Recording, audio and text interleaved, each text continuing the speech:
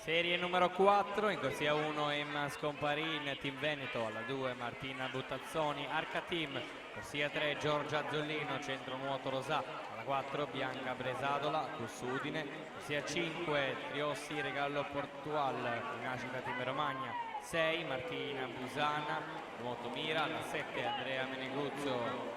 Acquarea Vicenza, corsia numero 8 Irene Marin, Team Veneto.